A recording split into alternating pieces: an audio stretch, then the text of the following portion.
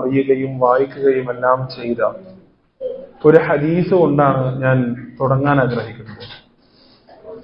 പ്രവാചകൻ പറയുകയാണ്, മൻ അറാദ അല്ലാഹു ബിഹി ഖൈറ യുഫഖിഹു ഫിദ്ദീൻ. ആർക്കെങ്കിലും അല്ലാഹു നന്മ ഉദ്ദേശിച്ചു കഴിഞ്ഞാൽ അയാൾക്ക് എന്ത് നൽകും എന്നാണ് റസൂൽ പറഞ്ഞിട്ടുള്ളത്. ഇപ്പൊ നമ്മുടെ ഉദാഹരണത്തിന് നമുക്കൊരാൾ എന്തെങ്കിലും ഒരു അത്യാവശ്യ ഘട്ടത്തിൽ ഒരു ഉപകാരം ചെയ്താൽ നമ്മൾ എന്താണ് അയാളോട് തിരിച്ചു പറയാ? ശുക്രൻ, ജസാക്കല്ലാഹ് ഖൈർ, അല്ലെ? അപ്പൊ നമ്മൾ ചില ആളുകളെങ്കിലും അത് ആത്മാർത്ഥമായിട്ടാണ് പറയാ. നാം അനുഭവിക്കുന്ന പ്രതിസന്ധിയുടെ ആഴ്ന്ന പല സംഗതികളുണ്ട്. ഒന്ന്, നിനക്ക് പഠിച്ചോ നല്ല ആരോഗ്യം തരട്ടെ. രണ്ട്, നിന്റെ കച്ചവടത്തിൽ അള്ളാഹു ബർക്കത്ത് തരട്ടെ. നിന്റെ ജോലിയിൽ അള്ളാഹു വർധനവ് തരട്ടെ. നിന്റെ മക്കളെ അള്ളാഹു നല്ല രീതിയിലാക്കട്ടെ. കുടുംബജീവിതം സന്തോഷത്തിലാക്കട്ടെ എന്നൊക്കെയാണ് സാധാരണ ഖൈർ എന്ന് പറയുമ്പോൾ നമ്മുടെ മനസ്സിൽ പറഞ്ഞതല്ല. വഹീന്റെ അടിസ്ഥാനത്തിൽ പ്രവാചകൻ ഖൈർ എന്താണ്, അള്ളാഹു ഒരാൾക്ക് ഖൈർ ഉദ്ദേശിച്ചാൽ അയാൾക്ക് എന്ത് നൽകുമെന്നാണ് പ്രവാചകൻ പഠിപ്പിച്ചത്? അയാളുടെ കച്ചവടത്തിൽ എമ്പാടും ലാഭം ഉണ്ടാക്കുമെന്നാണോ? അല്ല. അയാളുടെ കുടുംബജീവിതത്തിൽ അയാൾക്ക് നല്ല സമാധാനം കൊടുക്കുമെന്നാണോ? അല്ല. അയാളുടെ മക്കളൊക്കെ വലിയ വലിയ നിലയിൽ എത്തിക്കുമെന്നാണോ? അതും അല്ല. അയാളുടെ ജോലിയിൽ അടിക്കടി അയാൾക്ക് കയറ്റം കൊടുക്കുമെന്നാണോ? അതും അല്ല. ഇതെല്ലാം ഖൈർ തന്നെയാണ്. പക്ഷേ അള്ളാഹു ഒരാൾക്ക് അടിസ്ഥാനപരമായ ഖൈർ ഉദ്ദേശിച്ചു കഴിഞ്ഞാൽ അള്ളാഹു അയാൾക്ക് എന്താണ് നൽകുക? ദീനിൽ ഫിഖ്ഹ് നൽകുമെന്നാണ്, ദീനിൽ അവഗാഹം നൽകുമെന്നാണ്. യുഫഖിഹു ഫിദ്ദീൻ, ദീനിൽ, മതത്തിൽ, മതകാര്യത്തിൽ, മതത്തിന്റെ വിഷയത്തിൽ, ഖുർആനിൽ, ഹദീസിൽ അവഗാഹം നൽകും എന്നാണ് റസൂലുള്ളാഹി സ്വല്ലല്ലാഹു അലൈഹി വസല്ലം പറഞ്ഞത്. ഞാനിവിടെ ഈ ഒരു വിഷയം എന്റെ തുടക്കത്തിൽ സംസാരിക്കാനുണ്ടായ കാരണം എന്താണെന്ന് വെച്ചാൽ, പ്രിയപ്പെട്ടവരെ, എന്റർടൈൻമെന്റുകളുടെ ലോകത്താണ് നമ്മൾ ജീവിക്കുന്നത്. നേരം പോക്കുകളുടെ ലോകത്താണ് നമ്മൾ ജീവിക്കുന്നത്. നമ്മുടെ ഫോണൊന്ന് എടുത്താൽ അതിൽ ഇൻസ്റ്റഗ്രാമോ ഫേസ്ബുക്കോ മറ്റ് സോഷ്യൽ മീഡിയ പ്ലാറ്റ്ഫോമുകളിലേക്ക് നമ്മൾ പോയി കഴിഞ്ഞാൽ മണിക്കൂറുകള് അതിവേഗം കൊടുങ്കാറ്റുപോലെ കടന്നു പോകുന്ന നമുക്ക് കാണാൻ കഴിയും. നമുക്കറിയില്ല, മണിക്കൂറുകൾ കഴിഞ്ഞിട്ടാണ്, എത്രയോ 1-2 മണിക്കൂറുകളൊക്കെ ചെലവഴിച്ചു കഴിഞ്ഞിട്ടാണ് പഠിച്ചോണ്ട് എത്ര സമയം പോയി എന്ന് നമ്മൾ ചിന്തിക്കുക പോലും ചെയ്യുക. അങ്ങനെയുള്ള അനുഭവം നമ്മുടെ ജീവിതത്തിൽ ഉണ്ടായിട്ടില്ലേ? അപ്പൊ നേരം പോകാൻ പണ്ടൊക്കെ ആണെങ്കിൽ, ഒരു 10-15 വർഷം മുമ്പൊക്കെ ആണെങ്കിൽ, ആളുകൾക്ക് ഇങ്ങനെയുള്ള ഒരു ഒത്തുകൂടൽ വലിയ ഇഷ്ടമാണ്. കാരണം എന്താണ്? ആളുകളൊക്കെ ഒന്ന് കാണാനും ഒന്ന് കൂടിയിരിക്കാനും വിരസമായ ഒറ്റപ്പെട്ട ജീവിതത്തിൽ നിന്ന് കുറച്ചു നേരം ഒന്ന് മാറാനും സ്വന്തം നാട്ടുകാരെ, സ്വന്തം ഭാഷക്കാരെ, സ്വന്തം അടുത്ത് താമസിക്കുന്നവരൊക്കെ ഒന്ന് ഒത്തുകൂടാൻ, സംസാരിക്കാൻ, വിശേഷങ്ങൾ പറയാൻ, കാര്യങ്ങൾ പറയാനൊക്കെ ആളുകൾ വല്ലാതെ ആഗ്രഹിച്ചിരുന്നു. അതുകൊണ്ട് തന്നെ ഇന്നത്തേക്കാൾ കൂടുതൽ അന്നത്തെ ഒത്തുകൂടലുകൾക്ക് ഒരു വല്ലാത്തൊരു ചൂടുണ്ടായിരുന്നു, ഒരു മാർദ്ദവം ഉണ്ടായിരുന്നു. പക്ഷെ ഇന്നങ്ങനെയല്ല. നമുക്കങ്ങനെ ഒത്തുകൂടണമെന്നൊന്നുമില്ല. നമുക്ക് പരസ്പരം സംസാരിക്കണം എന്ന് തന്നെയില്ല. പരസ്പരം മിണ്ടണമെന്ന് നമ്മൾ ആഗ്രഹിക്കുന്നില്ല. നമ്മൾ വീട്ടിലെത്തിയാൽ ആഗ്രഹിക്കുന്നത് നമ്മെ ശല്യപ്പെടുത്താതെ അവരവരുടെ പാട്ടിന് പോയി നിൽക്കുന്ന ഭാര്യയും മക്കളെയാണ്. നമ്മുടെ ചുറ്റിലും വന്നിരുന്ന് നമ്മോട് അനുഭവങ്ങൾ പറയുന്ന, വിശേഷങ്ങൾ ചോദിക്കുന്ന, നമ്മോട് സംസാരിക്കാൻ വരുന്ന ഒരു കുടുംബത്തെ പോലും നമ്മൾ ആഗ്രഹിക്കുന്നില്ല. ഒഴിവ് കിട്ടുന്ന സമയം നമ്മൾ ആഗ്രഹിക്കുന്നത് എന്താണ്? കുറച്ച് എന്റെ ഫോണിൽ ഞാൻ നോക്കട്ടെ, കുറച്ച് റീൽസുകൾ കാണട്ടെ, ഞാൻ എന്റെ സോഷ്യൽ മീഡിയയിൽ കുറച്ചൊന്ന് അഭിരമിക്കട്ടെ. ഇതൊക്കെയാണ് നമ്മൾ ആഗ്രഹിക്കുന്നത്. കാലം വല്ലാതെ മാറിപ്പോയി എന്നുള്ളതാണ്. പൊതുരംഗങ്ങളൊക്കെ നമ്മൾ പരിശോധിച്ചാൽ, റെയിൽവേ സ്റ്റേഷനുകളായാലും അതുപോലെ തന്നെ ബസ് സ്റ്റാൻഡുകളായാലും ഒക്കെ, അവിടെയൊക്കെ മനുഷ്യന്മാര് തമ്മിൽ സംസാരിക്കുന്നത് അസ്തമിച്ചുകൊണ്ടിരിക്കുകയാണ്. അങ്ങനെ ഒരു കാഴ്ച കാണാതായിക്കൊണ്ടിരിക്കുകയാണ്. എന്റെ ഓർമ്മ ശരിയാണെങ്കിൽ ഏതാനും വർഷങ്ങൾക്ക് മുമ്പ്, ഇത്രയേരം ഈ സാമൂഹ്യ മാധ്യമങ്ങളുടെ അതിപ്രസരം ഉണ്ടാകുന്നതിന്റെ മുമ്പൊക്കെ, ഈ പറയുന്ന ഇന്റർനെറ്റിന്റെ നാട്ടിലെ അവസ്ഥ വെച്ചിട്ടാണെങ്കിൽ ഒരു ദിവസം ഇത്ര GB ഫ്രീ എന്ന അവസ്ഥയൊക്കെ വരുന്നതിന്റെ മുന്നേ ട്രെയിനിന്റെ ഉള്ളിലൊക്കെ ചൂടേറിയ ചർച്ചകൾ നടന്നിരുന്നു. രാഷ്ട്രീയമായിരിക്കും പലപ്പോഴും, മതങ്ങളായിരിക്കും പലപ്പോഴും. അവിടെയെല്ലാം മനുഷ്യന്മാർ തമ്മിൽ സംസാരിച്ചിരുന്നു, വിശേഷങ്ങൾ കൈമാറിയിരുന്നു. ചൂടേറിയ ചർച്ചകളിൽ സ്റ്റേഷനുകൾ കഴിഞ്ഞു പോകുന്ന അറിഞ്ഞിട്ടില്ല. അങ്ങനെയൊക്കെ എന്തൊരു രസമുള്ള കാലഘട്ടമായിരുന്നു ഇത്. പക്ഷേ ഇന്ന് എന്താണ് അവസ്ഥ? ഇന്ന് അതൊന്നും നമുക്ക് കാണാൻ കഴിയില്ല. ഞാൻ എന്റെ ജീവിതത്തിലെ ഒരു അനുഭവം പലയിടത്തും പങ്കുവെക്കാറുണ്ട്. ഒരു പ്രോഗ്രാം കഴിഞ്ഞ് നമ്മുടെ സുപരിചിതമായ മലബാർ ഏരിയയിലെ ചിരപരിചിതമായ കോഴിക്കോട് റെയിൽവേ സ്റ്റേഷനിൽ രാത്രി വരാനിരിക്കുന്ന ട്രെയിനിന് കാത്തു നിൽക്കാൻ. ഏകദേശം ട്രെയിൻ വരാന് 1 മണിക്കൂറിലധികം ബാക്കിയുണ്ട്. ട്രെയിൻ ലേറ്റ് ആണ്. അപ്പൊ എന്റെ ഫോണാണെങ്കിൽ സ്വിച്ച് ഓഫ് ആയിട്ടുണ്ട്, ചാർജ് തീർന്ന സ്വിച്ച് ഓഫ് ആയതാണ്. അപ്പൊ കൗതുകകരമായ ഒരു ചിന്ത എന്റെ മനസ്സിലുണ്ടായി. സാധാരണഗതിയിൽ റെയിൽവേ സ്റ്റേഷനുകളിൽ എത്തിക്കഴിഞ്ഞാൽ എന്തെങ്കിലുമൊക്കെ വായനയോ അല്ലെങ്കിൽ വേറെ എന്തെങ്കിലുമൊക്കെ ക്ലാസ്സുകളൊക്കെ കേട്ടും ചാറ്റ് ചെയ്തൊക്കെ അങ്ങനെ സമയം പോകും. ട്രെയിൻ വരുന്ന സമയം അറിയില്ല. ഫോൺ ഓഫായതുകൊണ്ട് ട്രെയിൻ വരാൻ ഇനിയും ഇത്രയേറെ സമയമുണ്ട്, 1 മണിക്കൂർ 10 മണിക്കൂറിന്റെ ദൈർഘ്യം തോന്നാൻ. അപ്പൊ ഞാൻ ഇങ്ങനെ ആലോചിച്ചു, പടച്ചോനെ എന്തായിരിക്കും ബാക്കിയുള്ള ആളുകളൊക്കെ ചെയ്യുന്നുണ്ടാവുക, ഈ റെയിൽവേ സ്റ്റേഷനിലെ മറ്റുള്ള ആളുകളൊക്കെ എന്തായിരിക്കും ചെയ്യുന്നുണ്ടാവുക. ഞാന് 4ാമത്തെ പ്ലാറ്റ്ഫോമിലാണ്. ആ പ്ലാറ്റ്ഫോമിന്റെ ഒരു അറ്റത്ത് നിന്ന് മറ്റേ അറ്റത്തേക്ക് നടക്കാൻ തുടങ്ങി. പ്രിയപ്പെട്ടവർ, ഞാൻ വെറുതെ പറയല്ല കേട്ടോ, ഒരറ്റത്ത് നിന്ന് മറ്റേ അറ്റത്ത് വരെ ഏകദേശം എനിക്ക് തോന്നുന്നു 10 മിനിറ്റോളം ഇങ്ങനെ നടക്കാനുണ്ടാവും. ഞാനടക്കം ഒരു 2ഓ 3ഓ ആളുകളെ മാത്രമേ ഫോണ് കയ്യിലില്ലാതെ ഫോണിലേക്ക് നോക്കാതെ ഒന്നുകിൽ ഒറ്റക്കിരുന്നെങ്കിൽ ആലോചിക്കുന്ന അല്ലെങ്കിൽ മറ്റുള്ളവരോട് സംസാരിക്കുന്ന ആളുകളെ 2ഓ 3ഓ ആളുകളെ മാത്രമേ കണ്ടിട്ടുള്ളൂ. ഞാൻ ഫോണ് നോക്കാത്തത് ഞാൻ മുത്തക്കി ആയോണ്ടോ അല്ലെങ്കിൽ ഫോണിൽ എനിക്ക് അത്രത്തോളം ഒരു ഡിജിറ്റൽ വിരോധി ആയോണ്ടോന്നല്ല, ഫോൺ ഓഫ് ആയതുകൊണ്ടാണ്. അതുപോലെ 2 ആളുകൾ പരസ്പരം സംസാരിക്കുന്നുണ്ട്. ഒരു പക്ഷേ അവര് വർഷങ്ങൾ കഴിഞ്ഞിട്ട് കാണുന്ന കൂട്ടുകാരായിരിക്കാം. അതുകൊണ്ട് അവർ വിചാരിച്ചിട്ടുണ്ടാവും കുറച്ചു നേരം ഇതിന് പോക്കറ്റിൽ കിടക്കട്ടെ, കുറച്ചേരം സംസാരിക്കട്ടെ എന്ന് വിചാരിച്ചിട്ടുണ്ടാവും. വേറൊരു സാധു ഇങ്ങനെ അട്ടം നോക്കിയിരിക്കുന്നുണ്ട്, അയാളും എന്നെ പോലെ ഫോൺ ഓഫായിട്ട് അതിന്റെ ദുഃഖത്തിൽ ഇരിക്കുന്നതാകണം. ഞാൻ പറഞ്ഞു വരുന്നത്, മനുഷ്യന്മാര് തമ്മിലുള്ള സംസാരവും ഇടപഴകലുകളും എല്ലാം ഔട്ട്ഡേറ്റഡ് ആയിരിക്കുന്നത്. അതൊന്നും ആർക്കും വേണ്ട. അങ്ങനെ ഒരു രംഗമൊന്നും എവിടെ ഇപ്പൊ കാണാനില്ല. അപ്പോ അങ്ങനെ ഒരു കാലഘട്ടത്തിൽ, എന്റർടൈൻമെന്റുകളുടെ അതിപ്രസരമുള്ള ഒരു കാലഘട്ടത്തിൽ, സമയം എങ്ങനെയും ചെലവഴിക്കാനുള്ള ഒരു അവസരം കിട്ടുന്ന ഒരു കാലഘട്ടത്തിൽ ഇങ്ങനെയുള്ള ക്ലാസ്സുകൾക്ക് വന്നിരിക്കുക എന്ന് പറഞ്ഞാൽ, എന്റെ പ്രിയപ്പെട്ടവരെ, അത് അള്ളാഹുവിൽ നിന്നുണ്ടാകുന്ന ചെറിയ അനുഗ്രഹമല്ല എന്ന് നിങ്ങൾ മനസ്സിലാക്കണം. ഞാൻ അതിനാണ് ഇത്രയും നേരം വിശദീകരിച്ചത്. ഇവിടെ നിങ്ങൾ വന്നിരിക്കുന്നുണ്ടല്ലോ, ഇപ്പൊ നിങ്ങൾ ഇവിടെ ഇരിക്കുന്നില്ലെങ്കിൽ നിങ്ങൾ എന്ത് ചെയ്യുകയായിരിക്കും ആലോചിച്ചിട്ടുണ്ടോ? ചിലപ്പോൾ ന്യൂസ് കാണുന്നുണ്ടാവും, ചിലപ്പോൾ മ്യൂസിക് കേൾക്കുന്നുണ്ടാവും, ചിലപ്പോൾ റീൽസുകളിൽ നിന്ന് റീൽസുകളിലേക്ക് ഇങ്ങനെ പാറിപ്പറക്കുന്നുണ്ടാവും, ചിലപ്പോൾ ഫേസ്ബുക്കിൽ എന്തെങ്കിലും വീഡിയോസ് കണ്ടിരിക്കുന്നുണ്ടാവും, ചിലപ്പോൾ ആരെങ്കിലുമായിട്ട് തർക്കിക്കുന്നുണ്ടാവും, ചിലപ്പോ നമ്മുടെ നാട്ടിലെ ഭരണ രംഗങ്ങളെ കുറിച്ചോ അതിനൊക്കെ ഇങ്ങനെ കുറിച്ച് ചൂടേറിയ ചർച്ചയിലായിരിക്കും. ഇന്നിങ്ങനെ പല രംഗങ്ങളിലായിരിക്കും നമ്മൾ. നമ്മുടെ കയ്യിലുള്ള ഫോണാണ്, നമ്മുടെ കയ്യിൽ നമ്മുടെ സാമൂഹ്യ മാധ്യമ പ്ലാറ്റ്ഫോമാണ്, എല്ലാമാണ്. പക്ഷെ നമ്മൾ അതിനോടൊക്കെ അവിടെ കുറച്ചു നേരം അവിടെ നിൽക്കുന്ന് പറഞ്ഞിട്ടാണ് ഇങ്ങോട്ട് വന്നത്, അല്ലെ? നിങ്ങൾ കുറച്ചു നേരം അവിടെ നിൽക്ക്. ഏത് സോഷ്യൽ മീഡിയ ആയാലും, ഏത് യൂട്യൂബ് ആയാലും, ഏത് ടെലിവിഷൻ ചാനലുകളായാലും, ഏത് ചർച്ചകളായാലും അവിടെ കുറച്ചു നേരം നിൽക്ക്. ഞാൻ എന്റെ റബ്ബിന് വേണ്ടി കുറച്ചു നേരം ചെലവഴിക്കട്ടെ, അള്ളാഹ്ക്ക് വേണ്ടി കുറച്ചു നേരം ചെലവഴിക്കട്ടെ, എന്റെ റബ്ബിനോട് ചില കാര്യങ്ങൾ പറയാനുണ്ടല്ലോ, ആ കാര്യങ്ങൾ ഞാൻ കേൾക്കട്ടെ എന്ന് പറഞ്ഞ് ഇവിടെ ഇരിക്കാൻ നമുക്ക് റബ്ബ് തന്ന ഭാഗ്യം ചെറുതല്ല പ്രിയപ്പെട്ടവരെ. അത് ദീനിന്റെ ഫിഖ്ഹിലേക്ക് നമ്മെ കൈപിടിച്ച് നടത്തുന്നതിന്റെ പടിയാണ് എന്ന് നമ്മൾ മനസ്സിലാക്കുക. മഹാനായ റസൂൽ കരീം സല്ലല്ലാഹു അലൈഹി വസല്ലം പറഞ്ഞ ഹദീസ് നമ്മൾ ഓർക്കുന്നില്ലേ? മൻ സലക ത്വരീഖൻ യൽതമിസു ഫീഹി ഇൽമ സഹലല്ലാഹു ലഹു ത്വരീഖൻ ഇലൽ ജന്ന. ആരെങ്കിലും ഇൽമ നേടിക്കൊണ്ടൊരു വഴിയിലേക്ക് പ്രവേശിച്ചു കഴിഞ്ഞാൽ, അതിനെ അന്വേഷിച്ചുകൊണ്ടൊരു വഴിയിലേക്ക് പ്രവേശിച്ചു കഴിഞ്ഞാൽ സ്വർഗത്തിലേക്കുള്ള വഴി അള്ളാഹു അവന് എളുപ്പമാക്കി കൊടുക്കും. റസൂലുള്ളാഹി സ്വല്ലല്ലാഹു അലൈഹി വസല്ലം പറഞ്ഞിട്ടുള്ളത് ഒട്ടനവധി ഹദീസുകൾ. അത് പ്രവാചകൻ പറഞ്ഞു, തലബുൽ ഇൽമി ഫരീദത്തുൻ അലാ കുല്ലി മുസ്ലിമിൻ വ മുസ്ലിമത്തിൻ. അറിവ് നേടുകയും തേടുകയും ചെയ്യുക എന്നത് ഓരോ മുസ്ലിം ആണിന്റെയും പെണ്ണിന്റെയും ബാധ്യതയാണ് എന്ന് റസൂലുള്ളാഹി സ്വല്ലല്ലാഹു അലൈഹി വസല്ലം പറഞ്ഞു. മാത്രമല്ല, ഇൽമിന്റെ സദസ്സുകൾ എന്ന് പറഞ്ഞാൽ മുസ്ലിമിന്റെ ഇൽമെന്നാൽ മുസ്ലിമിന്റെ കളഞ്ഞുപോയ നിധിയാണ്.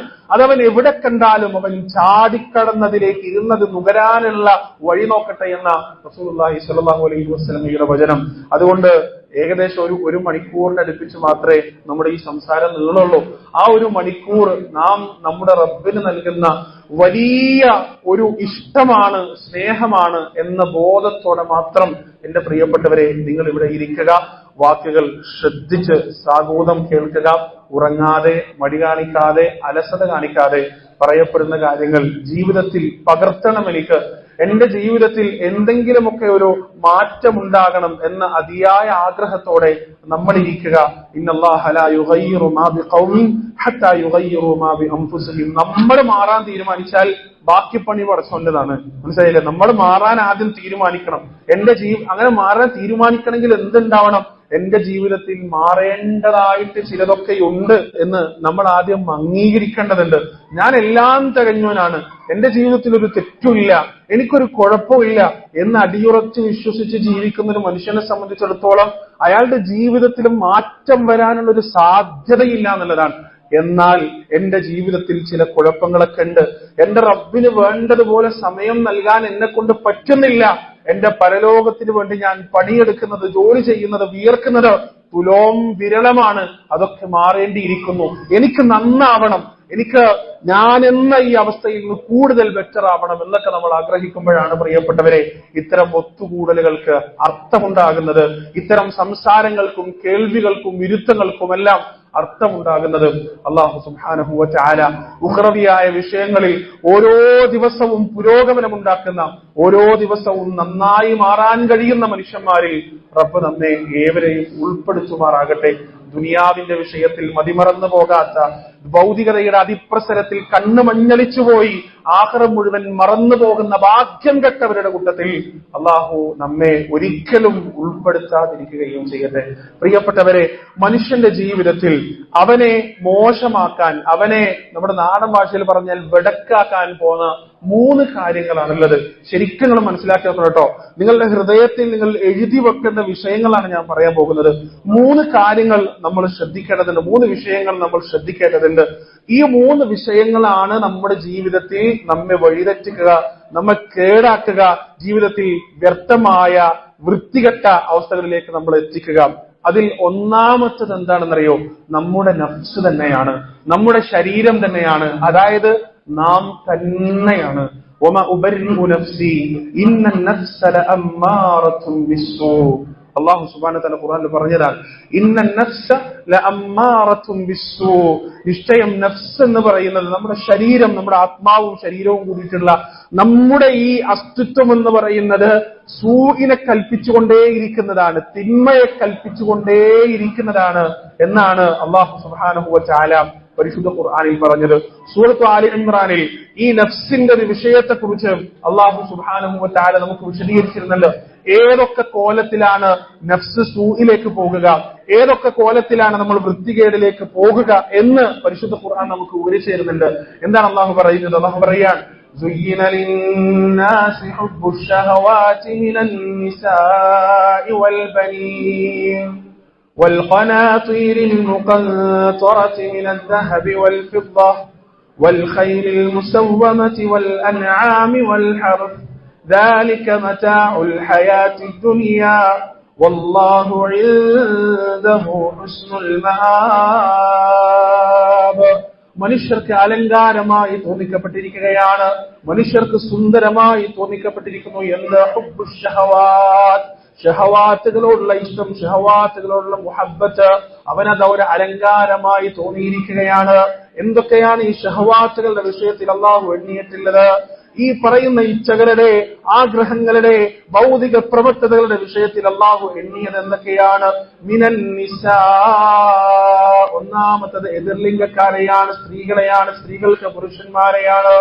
ഈ പറയുന്ന ഒന്നാമത്തെ മനുഷ്യന്റെ ഇച്ഛയെക്കുറിച്ച്, ആഗ്രഹത്തെക്കുറിച്ച് അള്ളാഹു എണ്ണി പറഞ്ഞതാണ്.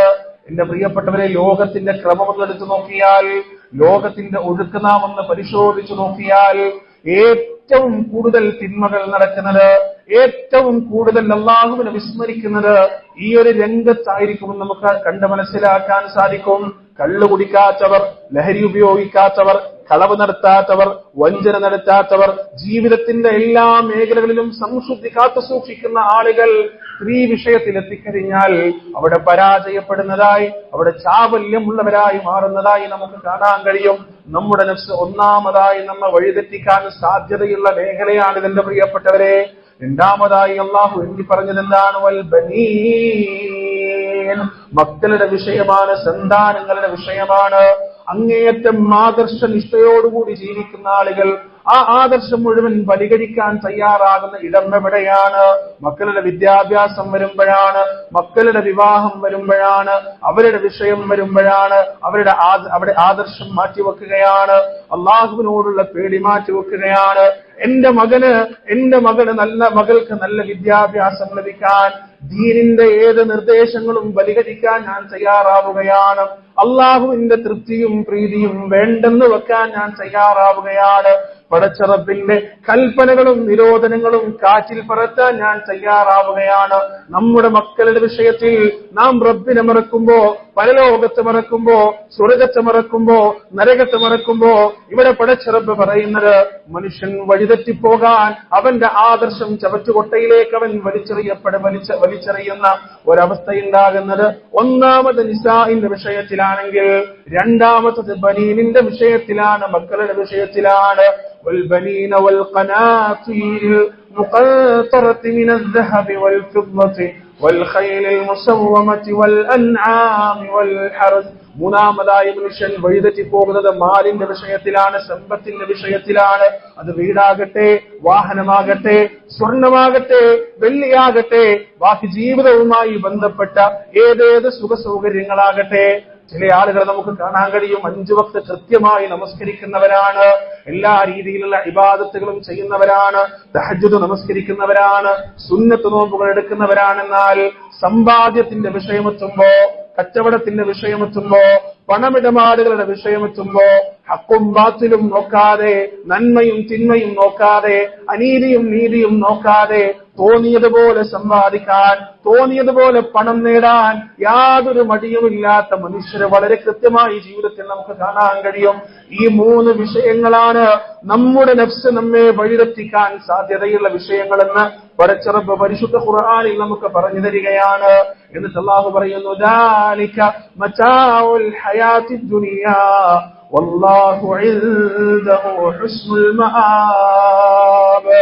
എന്നാൽ മുകളിൽ എണ്ണി പറഞ്ഞ ഈ സംഗതികളെല്ലാം ദുനിയാവിന്റെ വിഭവങ്ങൾ മാത്രമാണ്, ദുനിയാവിന്റെ വഞ്ചനാത്മകമായ വിഭവങ്ങൾ മാത്രമാണ്. അള്ളാഹുവിന്റെ അടുത്തുള്ളത് ഏറ്റവും ഉന്നതമായ ഉദാത്തമായ പ്രതിഫലമാണ്. അവന്റെ അടുത്തുള്ളതാണ് ഏറ്റവും നന്മയുള്ള വിഷയങ്ങൾ. ആലോചിച്ചോക്ക് പ്രിയപ്പെട്ടവരെ, 3 വിഷയങ്ങളാണ് ഞാൻ പറഞ്ഞത്. അതിലൊന്നാമത്തത് നമ്മുടെ നഫ്സാണ്. ആ നഫ്സ് ഏറ്റവും കൂടുതൽ വഴിതെറ്റിപ്പോകാൻ, വഴിമാറി സഞ്ചരിക്കാൻ സാധ്യതയുള്ള 3 സംഗതികൾ അള്ളാഹു ക്രമത്തിൽ പറഞ്ഞതാണ്. 1 പെണ്ണാണ്, 2 നമ്മുടെ മക്കളാണ്, 3 നമ്മുടെ സമ്പാദ്യമാണ്. ഈ 3 വിഷയത്തിലും അള്ളാഹുവിനെ പേടിക്കാനും ഭയക്കാനും സൂക്ഷിക്കാനും നമ്മൾ തയ്യാറായി കഴിഞ്ഞാൽ നമ്മുടെ നഫ്സിന്റെ ഷർറിൽ നിന്ന് ഒരു പരിധി വരെ നമുക്ക് രക്ഷപ്പെടാൻ കഴിയും. രണ്ടാമത് നമ്മെ വഴിതെറ്റിക്കുന്ന വിഷയം ഏതാണ്? സാഹചര്യങ്ങളാണ്. നമ്മുടെ ജീവിതം, നമ്മൾ എത്ര നല്ല മനുഷ്യരായാലും, എത്ര ജീവിതത്തിൽ പവിത്രതയും പരിശുദ്ധിയുമുള്ള ആളുകളായാലും, ജീവിതത്തിന്റെ സാഹചര്യങ്ങൾ തെറ്റിലേക്ക് നമ്മെ കൊണ്ടുപോകുന്നതാണെങ്കിൽ നന്നാവാൻ വലിയ പണിയാണ്. പരിശുദ്ധ ഖുർആനിൽ സൂറത്ത് ഇസ്രായിൽ വ്യഭിചാരത്തെ കുറിച്ച് അള്ളാഹു പറഞ്ഞപ്പോ എന്താ പടച്ചോൻ പറഞ്ഞത്? വ്യഭിചരിക്കരുത് എന്നാണോ? വലാ തസിനൂ എന്നാണോ പറഞ്ഞത്? അല്ല. പിന്നെ എന്താ പറഞ്ഞത്? വലാ തഖറബുസ് സിനാ ഇന്നഹു കാന ഫാഹിശതൻ വമഖതൻ വസാഅ സബീലാ.